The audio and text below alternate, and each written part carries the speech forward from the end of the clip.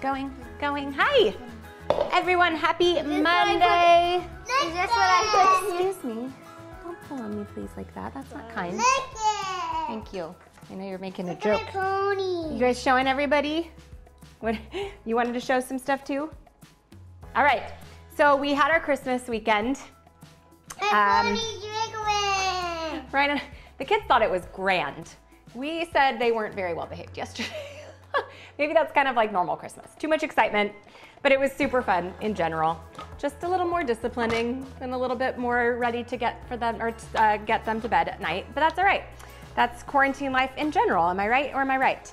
So in keeping with our holiday week themes, we are going to do Cinco de Mayo this week. No.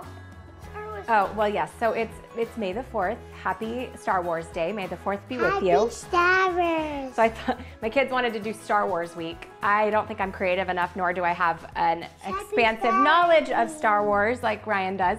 And so I thought tonight we would just call these Tatooine tacos. Does that work, Ryan? Sure. Star Wars guy. But we are going to do Cinco de Mayo. We're going to do some fun Mexican food over the week. My margaritas will definitely be on the mix. Lots of guacamole. Okay, go ahead. Go. Oh, you got a boo-boo. Oh, I'm sorry. You okay? Can I see? Did that just happen or outside? Oh, honey, I'm sorry. Okay. Can I see? Can she see your boo-boo? Yeah, so we're gonna research it a little bit. One thing I did find out was that it's not the Mexican Independence Day like I think so many of us here in America think, or in the United States think. Yes. Look at this. That's pretty. That's your bracelet. Look at so anyways, yeah, we're gonna do some, Mom. hold on, we're gonna do some Mexican themed, me. no, you remember you have to wait for me to be done and then you can talk. Mexican themed recipes, maybe a couple crafts, but we're gonna tone it down I think a little bit. Our first 3 weeks of holidays were so fun, but definitely busy and a little crazy. So moving on. Okay, well this recipe is gonna take like 2 minutes to do, so if I lost my helpers, I might just do it all by myself. So this is taco chicken meat that I do in the Instant Pot. We probably eat this once a week. If we're not eating chicken taco meat, we're eating ground beef taco meat from my Meals Made Simple cookbook with my seasoning, which is what I'm also gonna use in here, this book. But we definitely have lettuce wrapped tacos or taco bowls at least once a week. You're putting your flashlight in there. Thank you, honey. So this is something that I've done in the slow cooker for years. But after I got an Instant Pot, maybe 6 years ago or so, I started doing it in here 5 or 6 years ago because I can do frozen chicken, which is huge. So if I've forgotten to make dinner, Mom, I can put frozen chicken. dirty. It's not dirty, it's just like stained. I can put frozen chicken in, can be done in about 25 minutes, which is amazing. But otherwise I can cook this in like 6 minutes, which, well, besides coming up to pressure time, but otherwise it's awesome. Easy to get on the table, my kids never complain. Not about this, Mom, nope. excuse me. Yes, honey. I want my ring. What? I need my ring. Your ring? Oh, it's a bracelet here. Okay, so Easton, you wanna hold this on here? So you can use whatever kind of salsa you want. You've probably seen a billion salsa chicken recipes out there. But what I do a little differently is I put my taco seasoning on it, which I think makes it taste even better.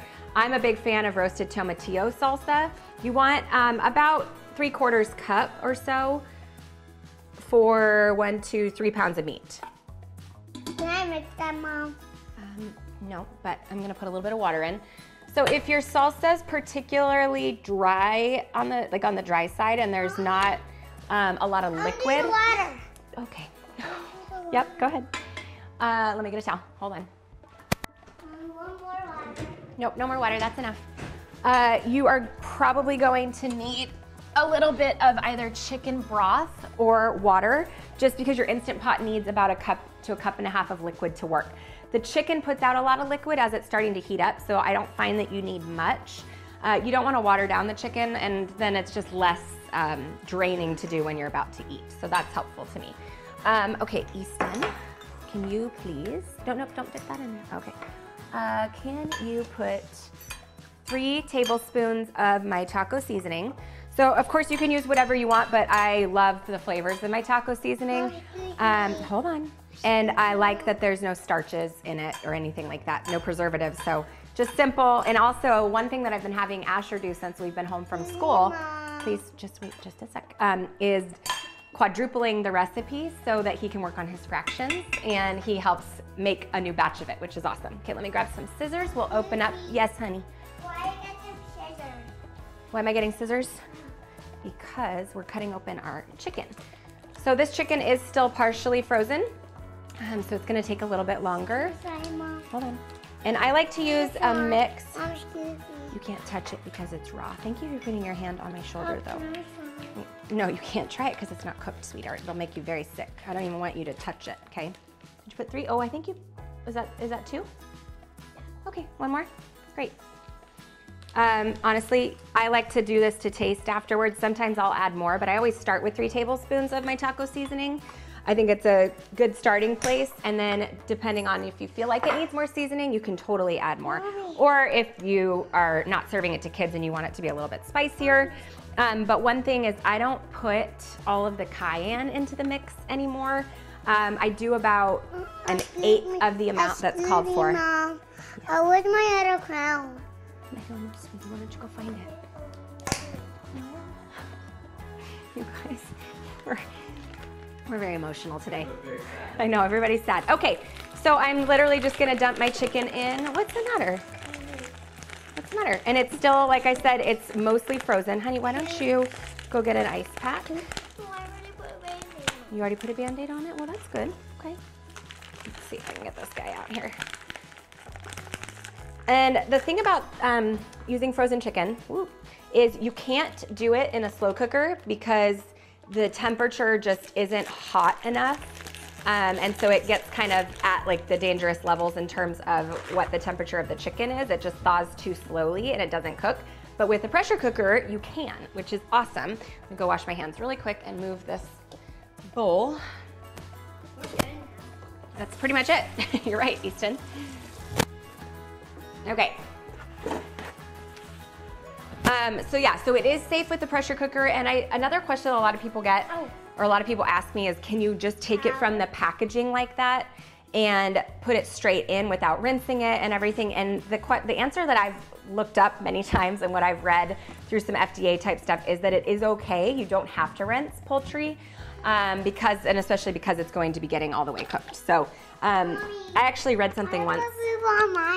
Oh, do you? Okay, yeah, go ahead and put in a Band-Aid on there. Band-Aids fix everything. So I was going to say, I read an article once that said, hold on a minute, that said that if you rinse, sometimes you actually end up splattering the raw chicken over your counter anyways and in your sink, and so it's almost safer to not. Okay, let me open a Band-Aid. No. So this is 3 pounds of chicken. So I usually do 2 pounds of breast meat, boneless and skinless, and then 1 pound of thigh. I like to mix them. I feel like the breast meat gets just a little bit too dry without the thigh meat, but it's totally up to you. I also find that it's more economical if you use some dark meat in there as well. You can also put in the bone if you want. That'll actually give it a kind of really rich flavor, and that's a lot cheaper as well. So whatever you have on hand, but either one will work. So a couple tips on the Instant Pot. Make sure that your ring is pushed all the way in. This does come out, in case you didn't know that. Push it all the way in around this wire kind of circle there. And then you've got an arrow on the top of your lid here, and there is an arrow as well right here. That just shows you exactly where to line up your lid so that you can easily turn it on. And then depending on what machine you have, but you want to make sure that your nozzle is set to sealing. That's kind of it. And then we're going to just go on, because these were slightly frozen, I'm going to go on meat stew. If you don't have the meat stew button, just do manual high pressure. And I'm going to go for about 15 minutes. Yes, honey? You what? I like doing this to make that scream. Oh, scream, like when it goes. But remember, as a child, you were never allowed to touch this, right? Without mommy. Okay? Ever, ever, ever. Where you got your chicken from? So that was actually Butcher Box. I've got chicken in my freezer from Butcher Box, from where else? Oh, from Thrive Market, and I have some in the freezer just from Whole Foods. Hey, no, that's not okay. Hey, it's really dangerous. We've talked about that before, okay? Remember? So usually when we're not demoing this, I put my Instant Pots over on my stove with my fan on, and I put them back a little bit far so that the kids can't touch them. They usually know that it's dangerous and that it's not acceptable to touch them, but sometimes we like to push the buttons. Oh yeah, well, so anytime I clean the lid, I take the rubber seal out and I usually just throw it in the dishwasher. It will get stained. It will always smell like chicken broth if you cook chicken in it. You can soak it in vinegar. You can leave it to sit out in the sun. Some of those things will kind of help. Honestly, it doesn't really bother me very much as long as I know that it's physically clean, that it's run through a hot cycle on the dishwasher through soapy water. I'm good with that, but some people like to have it be deodorized. So honestly, that is it. I have so many Mexican-inspired recipes all over my blog and in all of my cookbooks. We are in California, and so I grew up eating different types of Mexican cuisine. We've traveled a lot to Mexico. We love Mexican food with a bit of a California spin on it in my recipes. But I'll be making guacamole this week. I'll show you guys that probably on my stories. Paleo margaritas, those are our favorite. It's literally just 3 ingredients. What are you doing? You getting some chips? Which are actually made in Washington. I think they said they were made in Canada or something. So it's definitely Product of Canada, yeah. Canadian Mexican food. Still hurting. Okay, you can put the Band-Aid on it, honey. That's what I'm showing. We also did a video a couple of weeks ago of my cheese dip. Remember that yummy orange dip that you love? So that's something that you can make this week. But yeah, take a look through my books and on my blog. There's tons of different recipes for you guys to make.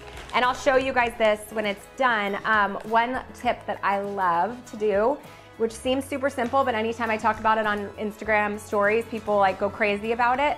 If you're using boneless chicken, or even if you just fish the bone out really quick because the meat's gonna just fall right off. If you have some old hand beaters, don't use an immersion blender, it'll make it look like cat food. But hand beaters, just stick them in there. I usually cover it with a towel just so it doesn't splatter on you, and run it for about 30 to 45 seconds and your chicken will be perfectly shredded. You don't have to go in there and like burn your hands with 2 forks and sit there and shred it forever. Some people put it into their stand mixer and run it, but that just feels like dirtying extra dishes for me. So that's the thing that I do. And then we'll serve this. My kids eat white rice. We've talked about that quite a bit over the last few weeks. We love chips. They love chips. I like plantain chips is usually what I use, or taro chips. And then lettuce, I mean, whatever you want, but we usually kind of set up a whole taco bar and everybody kind of just adds the toppings that they want. Guacamole is a 100% win in our house as well. So we'll be making some of that too. So happy Cinco de Mayo. Apparently we celebrate it more in the United States than they do in Mexico. Their Independence Day is actually in September. Learning a lot this week and planning on teaching my kids. And then May the 4th be with you. Happy Star Wars Day. As Easton just whispered in my ear, if you've joined us late, I said to appease my children for wanting to celebrate Star Wars Day, we're gonna call these Tatooine tacos tonight and maybe do like one Star Wars themed something, because they are clearly obsessed, as Easton has all of his little Lego guys out here. We were listening to the Star Wars music this morning as well. So anything else before we sign off? Any other questions or anything? Okay guys, make this chicken taco meat. I would have been able to get it in the Instant Pot in like 2 seconds without children here, so it's easy. Okay, see you guys Wednesday, by the way. Don't forget, we changed our schedule. Monday, Wednesday, 11 a.m. Pacific. We did ask you on Facebook, is that right? If you guys would prefer a different time. I know a lot of you in different states are starting to go back to work or being able to leave your houses, and so schedules may change. So let us know if this is still a good time for you. And I'll do a poll on my Insta stories, so make sure you answer that for us. Okay, you say bye. Star Wars. Star Wars. Bye-bye.